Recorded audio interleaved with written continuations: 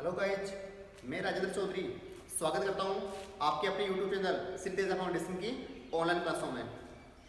देखो, आज से शुरू करते हैं अपन आम फल वृक्ष। इससे पहले अपन ने जो वीडियो देखी है उसमें मतलब फलों का वर्गीकरण पढ़ लिया जलवायु के आधार पर और एक पढ़ लिया प्रवर्धन के आधार पर। जैसा कि मतलब आपको पता है कि जेड की जो एग्जाम है वो 2 अगस्त को फिक्स हो चुकी है, तो एक तरह से कन्फर्म मानिए इस एग्जाम को कि ये 2 अगस्त को होगी क्योंकि लॉकडाउन अगर बढ़ा है घटा तो इससे क्या हो जाएगा, तो इसका सेशन है वो क्या हो जाएगा, आगे बढ़ जाएगा। तो एक तरह से ये दो आपको तैयारी वैसे करनी है कि 2 अगस्त से पहले आपका सिलेबस कम से कम 2 बार रिवाइज हो जाए। तो देखो आज देखते हैं आम।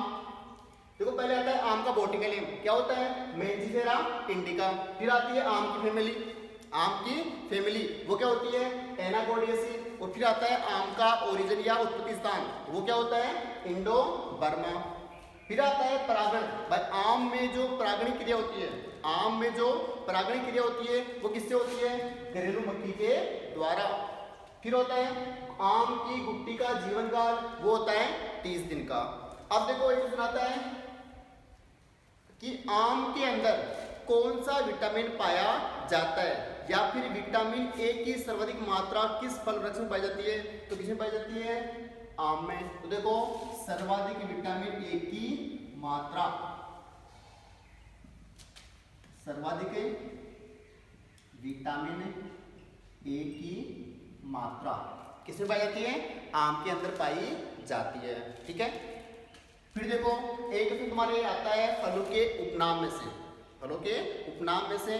देखो भाई तुम्हारे जो पिछले बार एग्जाम लगा था उसमें आया था बेर का, कि शुष्क फलों का राजा किसे बोलते हैं, किसको बोलते हैं, बेर को। वैसे ही आम के जो उपनाम है वो देखो क्या होते हैं। पहले आता है आम को बोलते हैं फलों का राजा, क्या बोलते हैं, फलों का राजा। एक बोलते हैं इसको बाथरूम फल, क्या बोलते हैं, बाथरूम फल। एक बोलते हैं इसको भारत का राजदूत,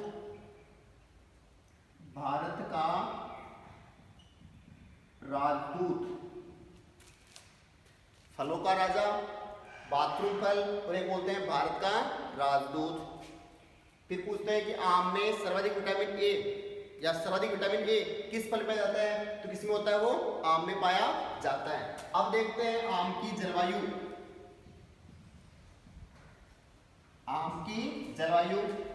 तो अपने पहले से जलवायु पढ़ लिए कि आम को कौन सी जलवायु में उगाया जाता है। वैसे मुख्यतः किसमें उगाते हैं, उष्ण में उगाते हैं, लेकिन उष्ण के अलावा भी इसको जो उगाते हैं वो उपोष्ण में उगाते हैं। तो आम की जलवायु कौन सी हो जाएगी, उष्ण या उपोष्ण। फिर आता है आम का तापमान। ये आम फल वृक्ष के लिए जो तापमान उपयुक्त रहता है वो कितना रहता है, वो रहता है 24 से 27 डिग्री सेंटीग्रेड। फिर आता है आम के लिए मृदा या मिट्टी, तो वो होती है कौन सी, दोमट मृदा। कौन सी होती है, दोमट मृदा। और इस मृदा का पीएच मान वो होना चाहिए 6.5 से 7.5। अब यहां से एक क्वेश्चन और बनता है, वो बनता है कि मृदा की गहराई रखते हैं।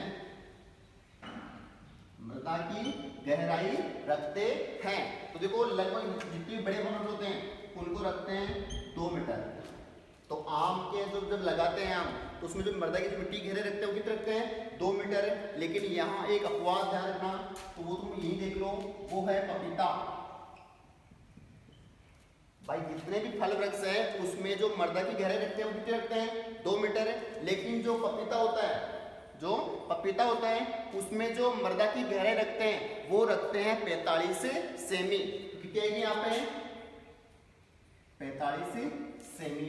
ध्यान रखना, इंपॉर्टेंट है। फिर देखो प्रवर्धन, ये चीज अपन ने पहले देख ली है, लेकिन दोबारा देखो एक बार। इसमें जो मोस्ट इंपोर्टेंट जो क्वेश्चन बनता है वो एक ही बनता है कि आम में व्यावसायिक प्रवर्धन की मुख्य विधि कौन सी है, तो कौन सी आएगी, वीनियर ग्राफ्टिंग। कौन सी आएगी, वीनियर ग्राफ्टिंग।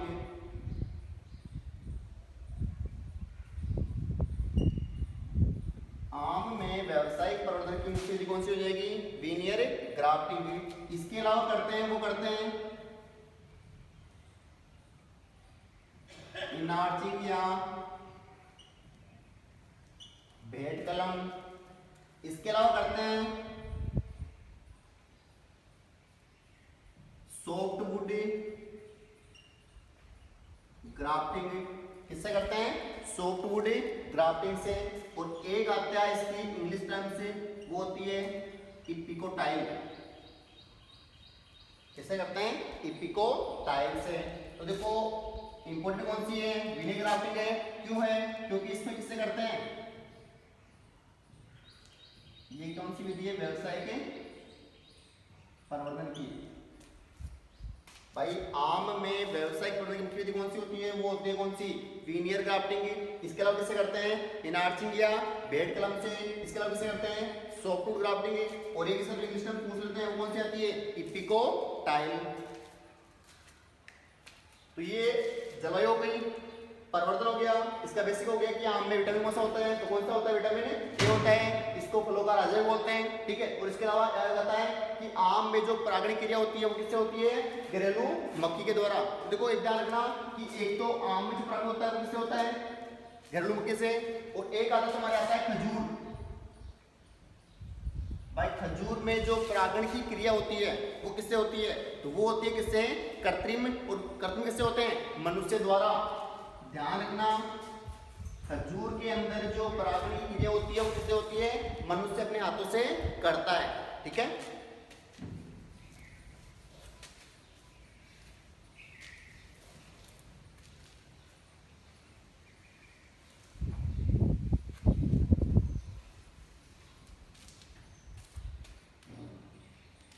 अब देखो आम की किस्में।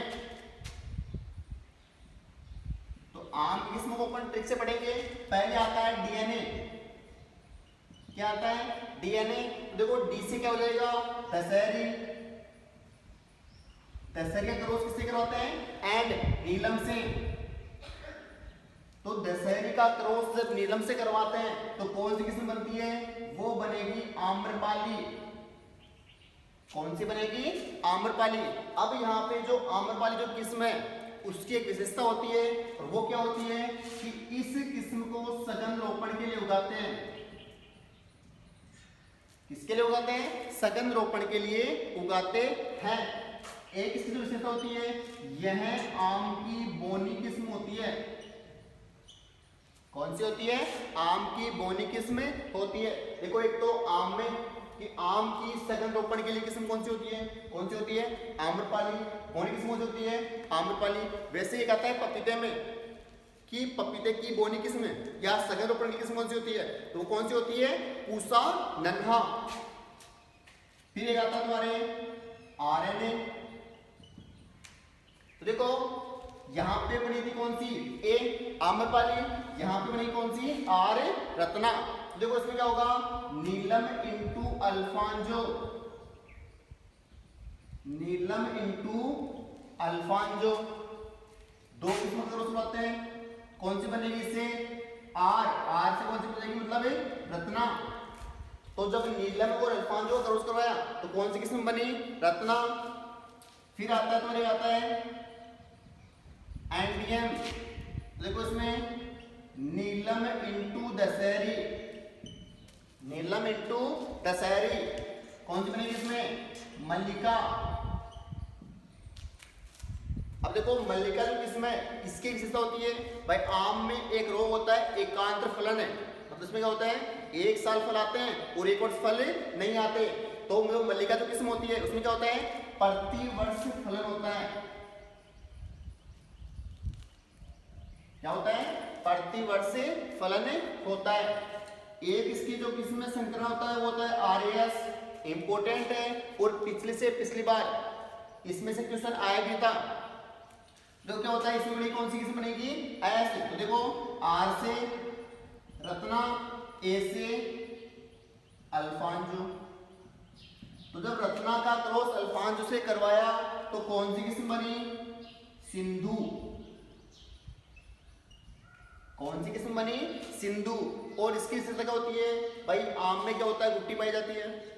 आम में गुट्टी पाई जाती है, लेकिन जो सिंधु किस्म होती है इसमें गुट्टी नहीं पाई जाती। मतलब क्या होता है कि यह सीडलेस किस्म है, बीज रहित, जिसको इंग्लिश में बोलते हैं सीडलेस। तो याद इसको, एस से सिंधु और एस से ही सीडलेस। देखो सीधा क्वेश्चन पूछा हुआ है कि आम की बीज रहित किस्म कौन सी होती है, तो कौन सी होती है, सिंधु।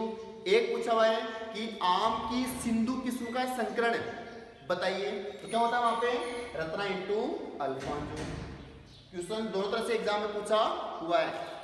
एक आता तुम्हारे, देखो एक तो होती है अर्का पुनित किस्म, एक तो कौन सी है, अर्का पुनित, और एक कौन सी है, अर्का अरुणा। एक किस्म कौन सी है, अर्का पुनित, और एक कौन सी है, अर्का अरुणा। दोनों किस्म का संकरण एक ही है, लेकिन इसमें करते हैं उल्टा करते हैं। देखो अब इसको याद कैसे करें, बीए, बी से बैंगनपल्ली और ए से अल्फांजो। अब देखो इसको याद कैसे करें कि अरुणा क्या कर रही है, बीए कर रही है। अरुणा क्या कर, अरुणा एक लड़की है जो क्या कर रही है, बीए कर रही है, मतलब बी से बैंगनपल्ली और ए से अल्फांजो। तो अरुणा ने तो बीए कर लिया, अब अर्का पुनित, पुनित क्या होगा, इसका दृष्टि उल्टा होगा, मतलब ए बी, तो ए से अल्फांजो और बी से बैंगनपल्ली। तो कंफ्यूज नहीं होना है, अरुणा क्या कर रही है, बीए कर रही है, बीए मतलब बैंगनपल्ली इंटू अल्फांजो। अर्का पुनित क्या होता है, A B Alphonso into Banganapalli. अब इसकी आज किसमें देखते हैं,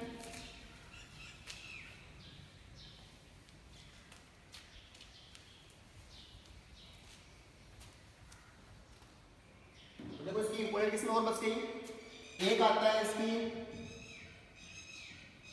केसर किस्म, केसर की विशेषता होती है प्रसंस्करण के लिए उपयुक्त किस्म, इसके लिए प्रसंस्करण के लिए उपयुक्त किस्म। एक किस्म होती है आम की रूमानी, कौन सी होती है, रूमानी।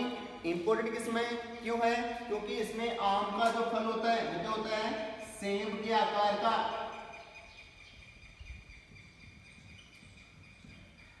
तो पूछा हुआ क्वेश्चन है और पूछ सकते हैं तुम्हारे कि आम की किस किस्म के फल सेब के आकार के होते हैं, तो क्या हो जाएगा तुम्हारे, रूमानी।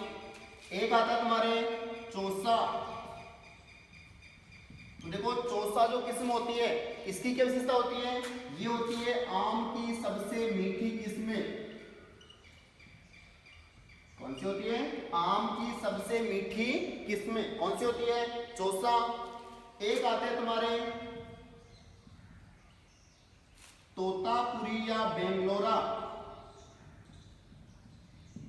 तोतापुरी या बेंगलोरा, और इसकी विशेषता क्या होती है, ये होती है उत्तरी भारत के लिए उपयुक्त किस्में। कौन सी होती है, तोतापुरी या बेंगलोरा। ठीक है, ये किस्में हो गई। एक आदत तुम्हारी आती है किस्में निरंजन, और इस किस्म की विशेषता क्या होती है, बेमौसम फलन। भाई इस किस्म में कभी भी फल वृक्ष या फल लग जाते हैं। ठीक है, कौन सी होती है वो, निरंजन। ये होगी तुम्हारे किस्में कंप्लीट। किस्में इसकी और भी है, लेकिन अपन ने वही किस्में देखी है जो एग्जाम की दृष्टि से इंपॉर्टेंट है और या पूछी हुई है। अब आते हैं कीट। तो देखो कीटों में से भी कभी क्वेश्चन आया तो नहीं है, लेकिन बन सकता है। क्यों बन सकता है, क्योंकि देखो एक आता है आम में, आम का जो मुख्य कीट होता है वो कौन सा होता है, मीलीबग। एक होता है छाल बक्सक, और एक कीट लगता है आम में, आम का फुदका। कौन सा लगता है, आम का फुदका। तो देखो इसका जो मुख्य कीट कौन सा है, वो है मीलीबग है। और ये क्वेश्चन यहाँ से क्वेश्चन बनता भी है और कंफ्यूज भी करता है। क्यों करता है, क्योंकि देखो एक तो होता है मीलीबग और एक होता है गंदीबग। एक तो होता है मीलीबग और एक क्या होता है, गंदीबग। देखो मीलीबग किसमें लग गया, आम में, जबकि जो गंदीबग कीट है वो लगता है धान में। किसमें लगता है? धान के अंदर। कौन सा लगता है? गंदी बग। जबकि मिलीबग किसमें लगता है? आम में। ये हो गए तुम्हारे आम के कीट। अब इसके जो इंपॉर्टेंट क्वेश्चन जहां से क्वेश्चन बन सकता है वो आते हैं रोग। वो क्या होता है? रोग। तो देखो रोग में पहला देखते हैं अपन ने चूर्णी फफूंद। चूर्णी फफूंद जिसको पाउडरी मिल्ड्यू बोलते हैं। क्या बोलते हैं? Powdery mildew. तो देखो चूर्णी फफूंद या पाउडरी मिल्ड्यू रोग आम में किससे होता है? वो होता है कवक से। किससे होता है? कवक से होता है। और जो कवक का नाम होता है वो क्या होता है? ओडियम मैंजिफेरी। क्या होता है? ओडियम मैंजिफेरी। दूसरा उसमें जो रोग लगता है वो लगता है एंथ्रेक्नोज। क्या लगता है? एंथ्रेक्नोज जिसको क्या बोलते हैं? श्याम वर्ण भी बोलते हैं। दूसरा कौन सा है? एंथ्रेक्नोज है जिसको क्या बोलते हैं? श्याम वर्ण भी बोलते हैं। अब ये जो रोग होता है वो भी क्या होता है? कवक से लगता है। किससे होता है? कवक से होता है। और कवक का नाम यहां पे क्या आएगा? वो आएगा कोलेटोट्रिकम स्पीसीज। क्या हो जाएगा? कोलेटोट्रिकम स्पीसीज। कौन सा रोग? एंथ्रेक्नोज या श्यामवर्ण। किससे होता है? कवक से। और कवक का नाम क्या होता है? कोलेटोट्रिकम स्पीसीज। पहला रोग कौन सा देखा अपन ने? चूर्णी फफूंद। किससे होता है? दूसरा नाम क्या है इसका? Powdery mildew. होता किससे है ये? कवक से। और कवक का नाम क्या होता है? ओडियम मैंजिफेरी। तीसरा और जो मोस्ट रोग जो तुम्हारे एग्जाम पूछा हुआ है जेडकी में, ब्लैक टिप। ब्लैक टिप या काला धब्बा।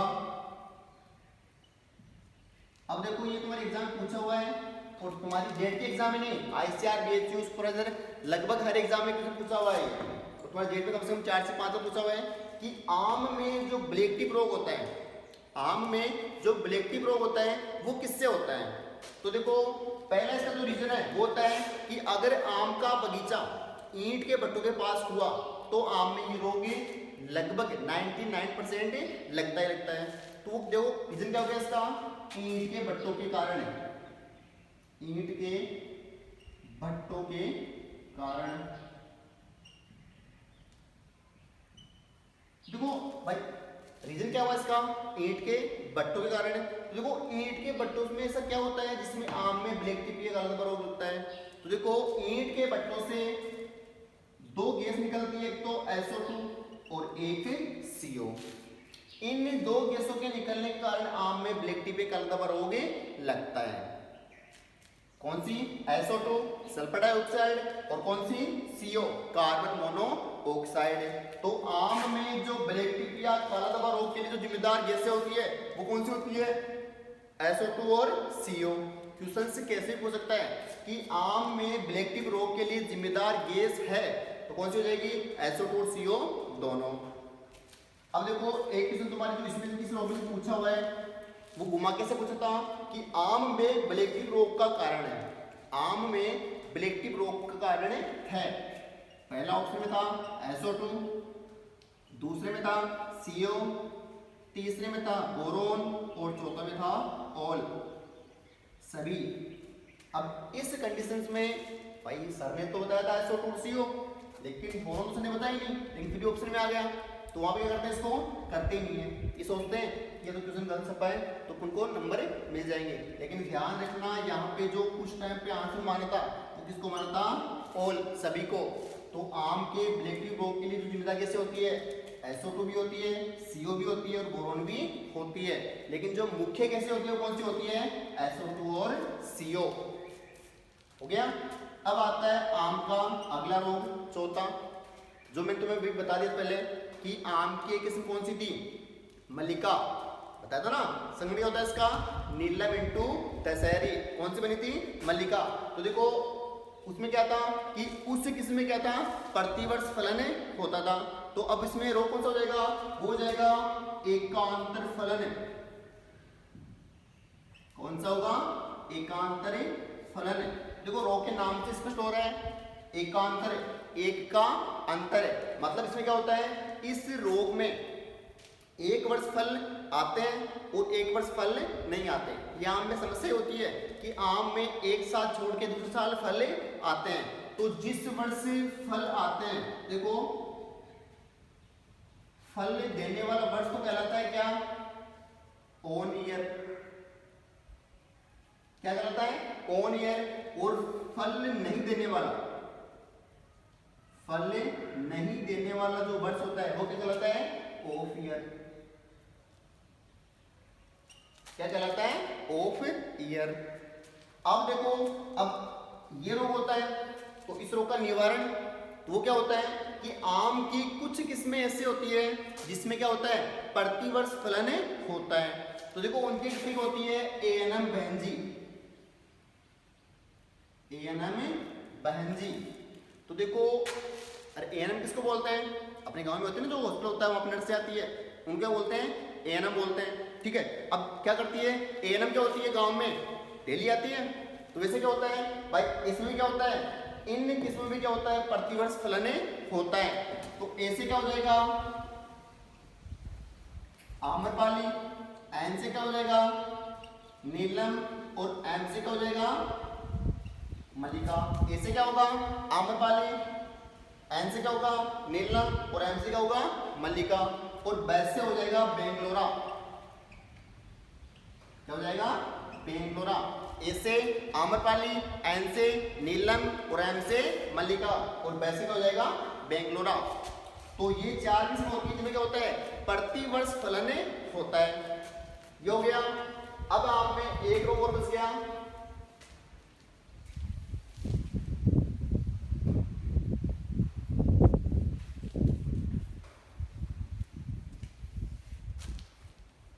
देखो पहला रोग कौन सा था, चूर्णी फफूंद। दूसरा कौन सा था, एंथ्रेक्नोजिया श्यामव्रण। तीसरा कौन सा देगा अपन ने, ब्लैक टिप रोग, ठीक है। और चौथा कौन सा देगा, एकांतर फलन। अब जो लास्ट रोग बचता है वो बचता है गुच्छा मुच्छा रोग, गुच्छा मुच्छा रोग। तो देखो ये रोग होता है, इसमें क्या होता है कि इसमें जो आम में जो फल लगते हैं उसमें लगते हैं गुच्छा के रूप में लगते हैं। तो इसका जो नियंत्रण करते हैं किससे करते हैं, वो करते हैं N-double-S, नेप्थेलिन एसिटिक एसिड। इसमें क्या करते हैं, देखो सुनो, ये एक हार्मोन है जो ऑक्सीजन का एक भाग है। इस हार्मोन का यूज फलों को झाड़ने के लिए और फलों को झाड़ने से बचाने के लिए, दोनों के लिए इसका यूज करते हैं। तो आम में जो गुच्छा मुच्छा रोग होता है वो किससे होता है, N-double-S से। ये हो गया तुम्हारे आम में रोग कंप्लीट। तो देखो अब इन फलों में से एक रोग बनता है, वो बनता है तुम्हारी तो फल प्रकार और एक खाए जाने वाला भाग। इनका मैं तुम्हें अलग से एक वीडियो बना दूंगा, लेकिन इसमें से तुम्हारे जेट में पिछली बार क्वेश्चन आया था कि आम का कौन सा भाग खाया जाता है, तो वो क्या कहते हैं, मध्य फल भित्ति या मीजोकार्प, ठीक है। तो ये क्वेश्चन बनता है, तो देखो देख लो इसको एक बार। इसका जो फल प्रकार होता है वो तो क्या होता है, अस्टिल या ड्रुप। और जो खाया जाने वाला भाग होता है,